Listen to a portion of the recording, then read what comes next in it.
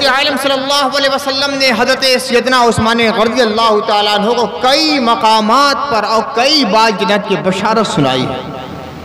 حضرت ابو موسیٰ اشعری کہتے ہیں آقا کریم صلی اللہ علیہ وسلم مدینے کے باغات میں سے ایک باغ میں تشریف فرما تھے۔ تھوڑی دیر کے بعد ایک شخص نے دروازے پہ دستک دی۔ اس زمانے میں جیسا بھی دروازہ رہا ہو باغ کا، حضور صلی اللہ علیہ وسلم وہاں سے دور موجود ہے، باغ کے انتہائی سرے پر تھے۔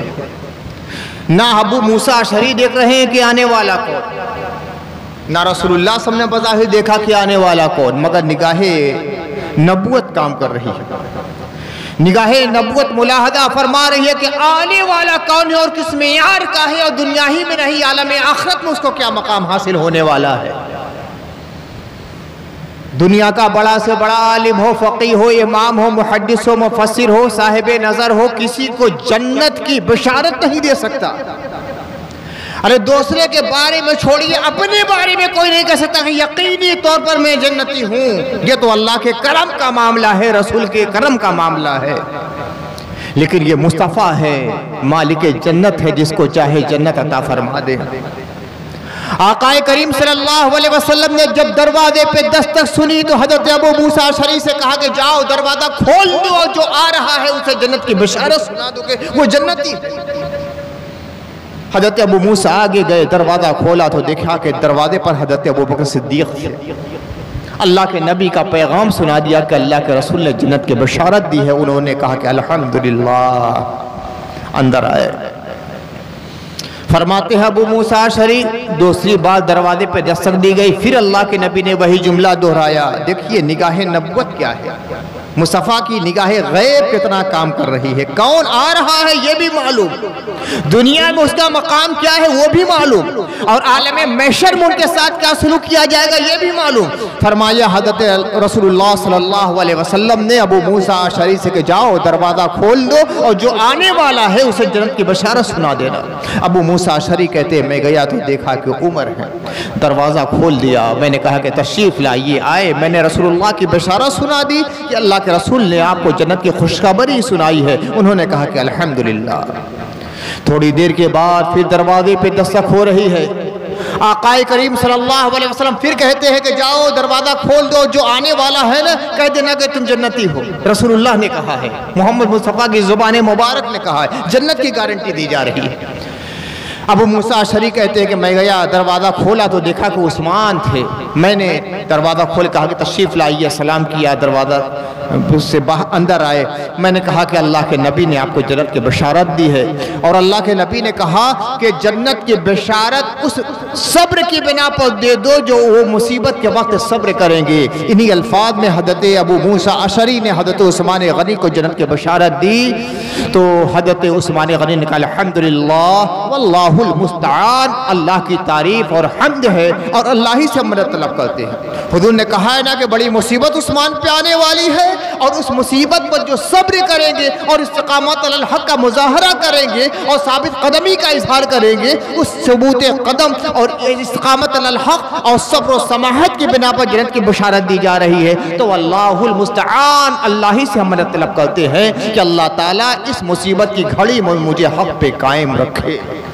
تو یہ ایک واقعہ کہ جس میں حضرت عثمان غنی کو جنت کی بشارت دی گئی ہے۔ وہ انسان تاریخ انسانی کے سب سے عظیم انسان ہیں جن کو اللہ تعالیٰ نے کہہ دیا کہ جنتی ہے، یا اللہ کے رسول نے کہہ دیا کہ جنتی ہے۔ علم اپنی عظمت پر جتنا ناز کرے کم ہے۔ عالم کا علم اپنی جگہ، فقیہ کی فقاہت اپنی جگہ، متکلم اسلام کا تکلم اپنی جگہ، متحدین کا اتحاد اپنی جگہ، ائمہ کی امامت اپنی جگہ، اولیاء کی ولایت اپنی جگہ، مگر کسی کے بارے میں یقینی طور پہ کہا نہیں جا سکتا حتمی اور یقینی طور پر کہ یہ ہر حال میں جنت ہی میں جائے گا، جہنم میں جائے بغیر۔ یہ سارا معاملہ غیب کا ہے، مگر جس کو مصطفیٰ کہہ دے، وہ زبان مبارک، وہ زبان معصوم مصطفیٰ جو وحی الہی کی گزرگاہ ہے، وہ فرما دے فلان الجنہ، فلان فی الجنہ، فلان فی الجنہ۔ اس کے جنتی ہونے میں کوئی شبہ کیا ہی نہیں جا سکتا۔ اور وہ تاریخ انسانی کے سب سے عظیم انسان ہے کہ جن کو اللہ تعالیٰ نے رسول اللہ صلی اللہ علیہ وسلم کی ضمانت میں دے کر جنتی بنا دیا۔ انہی عظیم شخصیتوں میں سے ایک شخصیت حضرت عثمان غنی کی بھی ہے۔ جب مکے سے ہجرت کر کے مسلمان مدینے میں آئے، مدینے میں پانی کی بڑی قلت تھی۔ آج تو گھر گھر پانی مل جاتا ہے نا کہ جیسے ہی ٹوٹی گھما دی پانی آ گیا، ٹیوب ویل کا سوئچ آن کر دیا پانی آ گیا، گھر میں بورنگ لگی ہوئی ہے سوئچ دبایا پانی آ گیا۔ ہم نہیں سمجھ سکتے کہ پانی کی اہمیت کیا ہے۔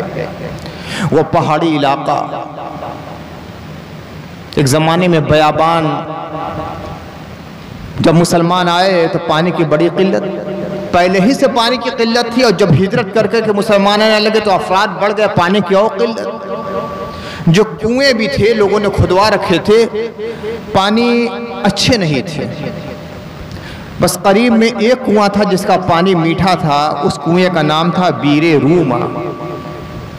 وہ ایک یہودی کا کنواں تھا، کسی کو پانی دیتا تھا تو پیسہ لے کر دیتا تھا، جیسے کہ آج کل بلیزری ہے نا، پیسہ دے کر پانی کے لیے بھی قیمت لینا پڑ رہا ہے۔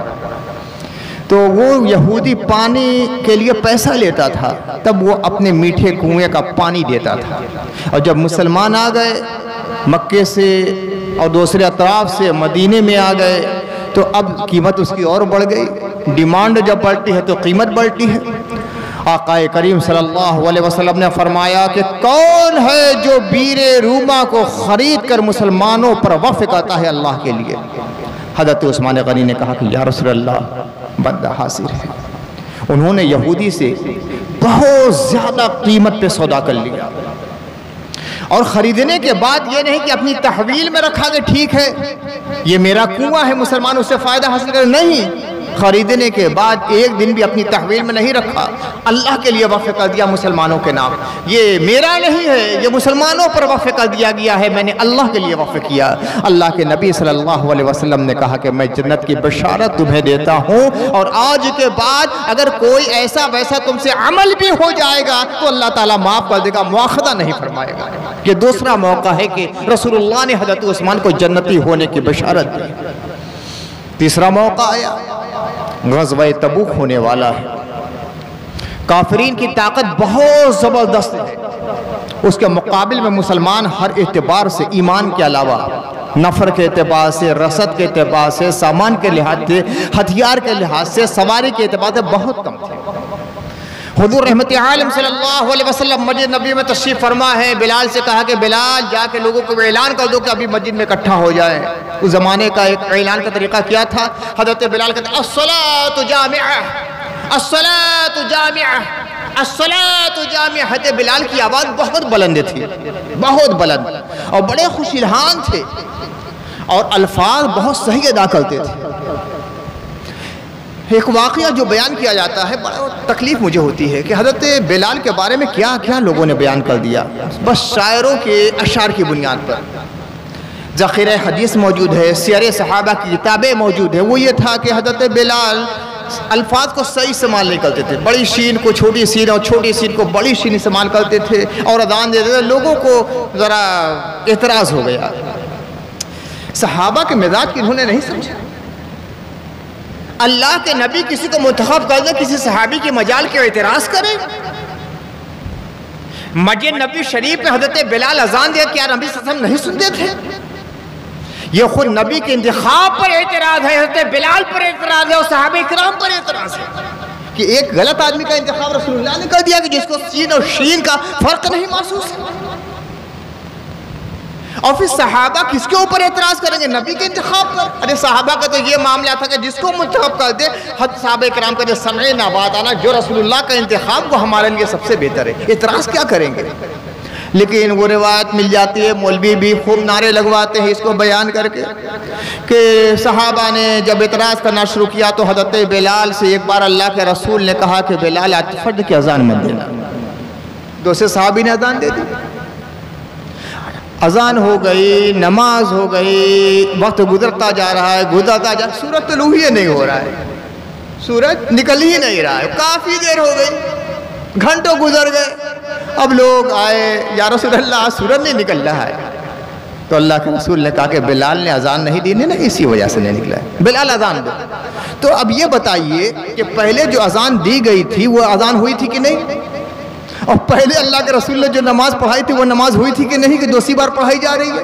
کیا قسم کی حفوات اور انہی چیزوں پہ نعرے لگائے جا رہے ہیں، قوالوں کی قوالیوں کی بنیاد پر علماء بھی تقریریں کرنے لگے، یہ سب حفوات ہیں۔ حضرت بلال کی آواز بہت عمدہ تھی، بڑے خوش الحان تھے، حبش کے رہنے والے، بڑی تیز آواز تھی، مدینے میں گونجتی تھی، لاؤڈ اسپیکر کا زمانہ نہیں تھا، اسی لیے چونکہ بلند آہنگ تھے، بہت بلند آواز تھی، تو حضور رحمت عالم نے مؤذن کی حیثیت سے ان کا انتخاب فرمایا۔ اور خوش الحانی بھی بہت تھی۔ آج بھی جو افریقہ وغیرہ کے قاری جب قرأت کرتے ہیں تو لگتا ہے کہ واقعی قرآن کا نزول ہو رہا ہے اور سینے میں قرآن کی آیتیں اترتی جاتی ہیں، اتنے خوش الحان قاری ہوتے ہیں افریقہ کے۔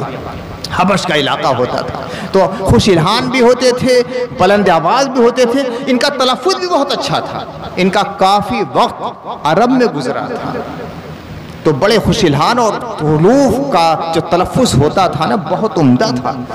تو حضرت بلال کو حکم ہوتا تھا، بلال جا کر اعلان کرو الصلاۃ جامعہ، نماز اکٹھا کرنے والی ہے، یہ اعلان ہوتا تھا۔ جیسے ہی آواز پہنچے جو آدمی جو کام کرتا تھا سب چھوڑ کر آ جاتے تھے کہ اللہ کے رسول نے بلایا ہے۔